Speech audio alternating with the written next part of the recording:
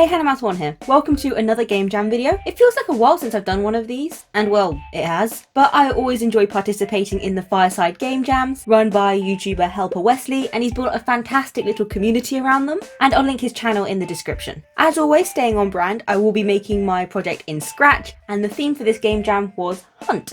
My idea for this project is a game where you observe a crowd of people swarming around a building and you have to find the one that matches a given example. Once there are no more matching characters, the game resets with even more people and you repeat this process until the timer runs out.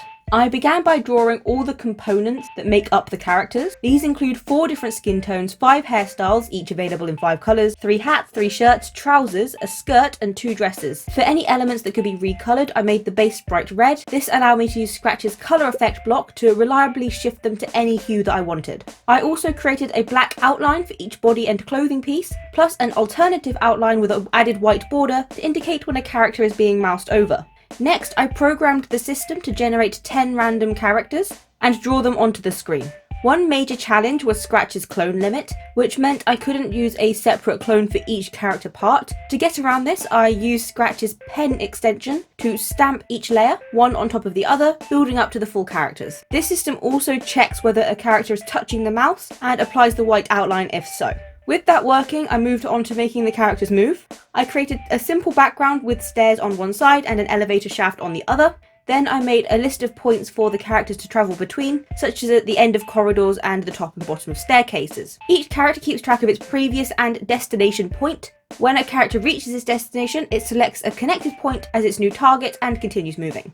Once the movement was functional, I decided to polish the background and give it a proper theme.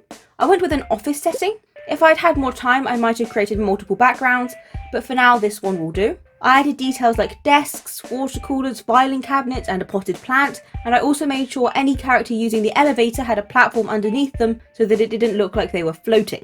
I then set up the UI to display the character you're currently looking for, your score and the remaining time. You gain 1 point for every correct find, lose 1 for a wrong click, and earn 10 bonus points every time you clear the room. Clearing the room also gives you an extra 10 seconds onto the clock. To close the primary gameplay loop, I added a title screen, settling on the name Find 'em Fast, with a play button, as well as a completion screen that lets you restart the game. Of course, no game is complete without sound. I added sound effects from Scratch's library to highlight the correct and incorrect solutions. For the background music, I used Soundtrap. This part was a bit of a struggle as I wasn't sure exactly what I wanted. I experimented with a few ideas until I found something that I didn't completely hate and implemented it as a looping track. Finally, I created a thumbnail based on the game's title screen, featuring a few of the characters to visually tie everything together. With everything complete, I packaged everything to a HTML using Turbo Warp, and I uploaded it to itch.io for submission to the Jam.